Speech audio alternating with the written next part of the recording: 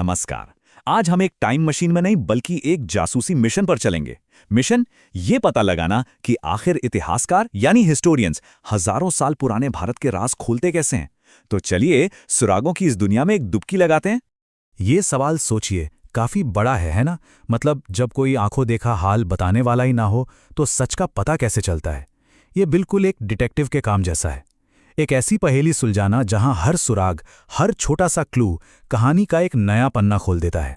तो इस जासूसी का सबसे पहला और कह सकते हैं सबसे जरूरी टूल वो है आर्कियोलॉजी यानी पुरातत्व। ये वो साइंस है जो जमीन के नीचे दबी चीजों से, जैसे कि पुराने बर्तन, औजार या टूटी फूटी इमारतें, इन सब से बीते हुए कल को एक तरह से फिर से जिंदा कर देती है। और जब बात भारत की हो तो इस फील्ड की नींव किसने रखी? वो थे अलेक्जेंडर कनिंघम।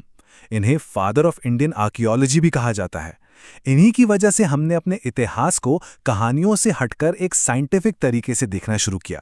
तो चलिए एक हिस्टोरियन के टूल किट में झांक कर देखते हैं। मोटे तौर पर 3 तरह के औजार होते हैं। आर्कियोलॉजिकल सोर्सेस यानी पुरातात्विक स्रोत, दूसरा लिटरेरी सोर्सेस यानी साहित्यिक स्रोत, और तीसरा फॉरेन अकाउंट्स यानी विदेशी यात्रियों ने जो लिखा।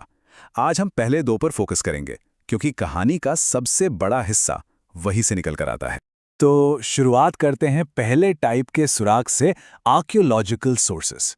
सोच के देखिए, पत्थर और मेटल जो बोल नहीं सकते, लेकिन उन पर ऐसी कहानियां लिखी हैं जो सदियों बाद भी हम तक पहुंच रही हैं। ये हैं खामोश गवाह। इन खामोश गवाहों में से सबसे जरूरी हैं इंस्क्रिप्शंस यानी शिलालेख। इनकी साइंटिफिक स्टडी को एपिग्राफी कहते हैं। सिंपल शब्दों में ये पत्थरों, पिलर्स या मेटल शीट्स पर खोदे गए लेख हैं। ये एक तरह से उस जमाने के सीधे फर्स्ट हैंड रिकॉर्ड्स हैं। राजा के आदेश, उनकी जीत, समाज के नियम, सब कुछ। अब यहाँ एक इंटरेस्टिंग बात है। इंडिया के सबसे पुराने इंस्क्रिप्शंस तो हड़प्पा सभ्यता के हैं, लेकिन एक मिस्ट्री है। हम आज तक उनकी स्क्रिप्ट को डीकोड नहीं कर पाए हैं। तो फिर सबसे पुराने इंस्क्रिप्शंस जो हम पढ़ पाए हैं वो किसके हैं? सम्राट अशोक के। और जब 1837 में जेम्स प्रिंसेप ने इन्हें पढ़ने में कामयाबी हासिल की ना, वो हिस्ट्री के लिए एक यूरेका मूवमेंट था। जबरदस्त ब्रेक था। कभी कभी एक पत्थर का टुकड़ा एक ऐसी सच्चाई सामने ला देता है जो हैरान कर दे। एक ऐसी प्रथा जिसका जिक्र शायद किताबों में बहुत बाद में मिलता है। भानुगुप्त के एरन इंस्क्रिप्शन से हमें सती प्रथा का पहला ठोस अभिलेखीय साक्ष्य मिलता है। सोचिए, एक पत्थर बोल उठा। ये अलग अलग शिलालेख ऐसा समझिए जैसे वक्त में खुली हुई खिड़कियां हैं। बोगसगोई शिलालेख हमें वैदिक देवताओं से जोड़ता है। प्रयाग प्रशस्ति में समुद्रगुप्त की सैन्य शक्ति का गुणगान है। और एरण शिलालेख, जैसा हमने देखा, एक सामाजिक सच्चाई दिखाता है। मतलब ये पत्थर के रिकॉर्ड्स हमें किसी ने कहा था से निकालकर सीधा फैक्ट्स की दुनिया में ले आते हैं। ओके, अगला सुराग छोटा सा है लेकिन कहानियां बड़ी सुनाता है। हम बात कर रहे हैं सिक्कों की, कॉइन्स। इनकी स्टडी को कहते हैं न्यूमिज्मैटिक्स। और विश्वास कीजिए, ये छोटे छोटे मेटल के टुकड़े अपने जमाने की इकोनॉमी, आर्ट और रूलर्स के बारे में बहुत कुछ बता जाते हैं। इंडिया के जो सबसे पुराने सिक्के मिले हैं ना, वो आज जैसे गोल और परफेक्ट नहीं थे। उन्हें पंचमार्क कॉइन्स या आहत सिक्के कहते थे। इन पर किसी राजा का नाम या डेट वेट नहीं होती थी, बस कुछ सिंबल्स जैसे पेड़, मछली, हाथी ठप्पा मार दिया जाता था। और साहित्य में इनका नाम मिलता है कारशापण। और सिक्के बदलती हुई डायनेस्टीज की कहानी भी बताते हैं। जैसे इंडिया में पहली बार लिखे हुए सोने के सिक्के वो इंडो ग्रीक्स ने शुरू किए। फिर आए कुषाण, जिनके सिक्के सबसे प्योर गोल्ड के थे। इससे उनके ट्रेड और समृद्धि का अंदाजा लगता है। और फिर गुप्त, जिन्होंने सबसे ज्यादा सोने के सिक्के जारी किए। तभी तो गुप्त काल को स्वर्ण युग कहते हैं।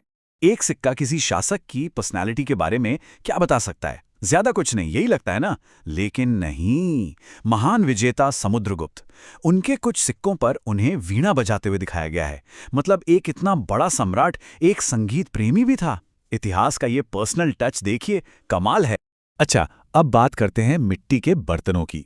पॉटरी शायद सुनने में उतने एक्साइटिंग न लगे, लेकिन आर्कियोलॉजिस्ट्स के लिए ये एक टाइम मशीन से कम नहीं है।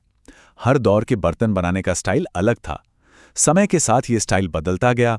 गेरुवर्णी बर्तनों से लेकर उत्तर वैदिक काल के पेंटेड ग्रे वेयर और फिर मौर्य काल के super glossy northern black polished where तक, ये प्रोग्रेशन हमें कल्चर के विकास को डेट करने में मदद करता है।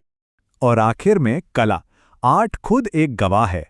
कुषाण काल में गांधार शैली की मूर्तियां बननी शुरू हुईं, जिसमें इंडियन और ग्रीक आर्ट का एक खूबसूरत मिलन दिखता है। और जब तक गुप्त काल आया, पेंटिंग अपने पीक पर थी। अजंता की गुफाएं इसका जीता जागता सबूत है। ये आर्ट हमें सिर्फ लोगों की धार्मिक आस्था नहीं, बल्कि उनकी जिंदगी और सुंदरता की समझ भी दिखाती है। तो ये तो बात हो गई खामोश गवाहों की, पत्थर, सिक्के, मिट्टी के बर्तन। अब वक्त है अतीत की आवाजें सुनने का। चलिए अब दूसरे टाइप के सुराग की तरफ चलते हैं, साहित्यिक स्रोत, यानी वो कहानियां, विश्वास और फिलॉसफी जो बहुत पहले लिख दी गई थी। और इस साहित्यिक दुनिया की नींव एक नंबर पर टिकी है, 4।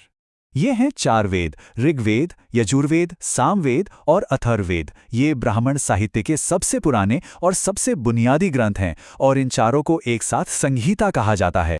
एक बहुत जरूरी कॉन्सेप्ट है इनके बारे में। वेदों को अपौरुषेय माना जाता है। इसका मतलब है कि इन्हें किसी इंसान ने नहीं लिखा, बल्कि ये दिव्य रूप से प्रकट हुआ ज्ञान है। और यही विश्वास इन्हें भारतीय संस्कृति में इतना ऊंचा स्थान देता है। तो हमने पुरातात्विक क्लूज भी देख लिए और साहित्यिक क्लूज भी। लेकिन एक हिस्टोरियन का असली काम तो अब शुरू होता है, इन अलग अलग टुकड़ों को जोड़कर अतीत की एक पूरी तस्वीर तैयार करना। इसे ऐसे समझ सकते हैं, पुरातात्विक सबूत हमें बताते हैं कि प्राचीन लोग क्या करते थे, वो कैसे जीते थे, क्या चीजें इस्तेमाल करते थे। और दूसरी तरफ साहित्यिक सबूत, वो हमें बताते हैं कि वो क्या सोचते थे, उनके विचार, उनकी मान्यताएं, उनकी कहानियां।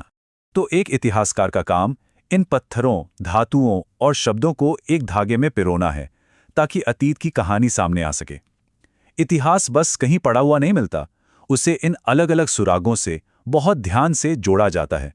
हर टुकड़ा कीमती है। तो आखिर में बस एक सवाल, इतिहास की इस विशाल पहेली का अगला टुकड़ा हमें कहाँ मिलेगा? किसी अनजानी जगह पर खुदाई में, किसी जमीन के नीचे दबे सिक्के में, या शायद किसी पुरानी लाइब्रेरी में रखी उस पांडुलिपि के पन्नों में जिसे अभी तक कोई पढ़ नहीं पाया है? खोज हमेशा जारी रहती है।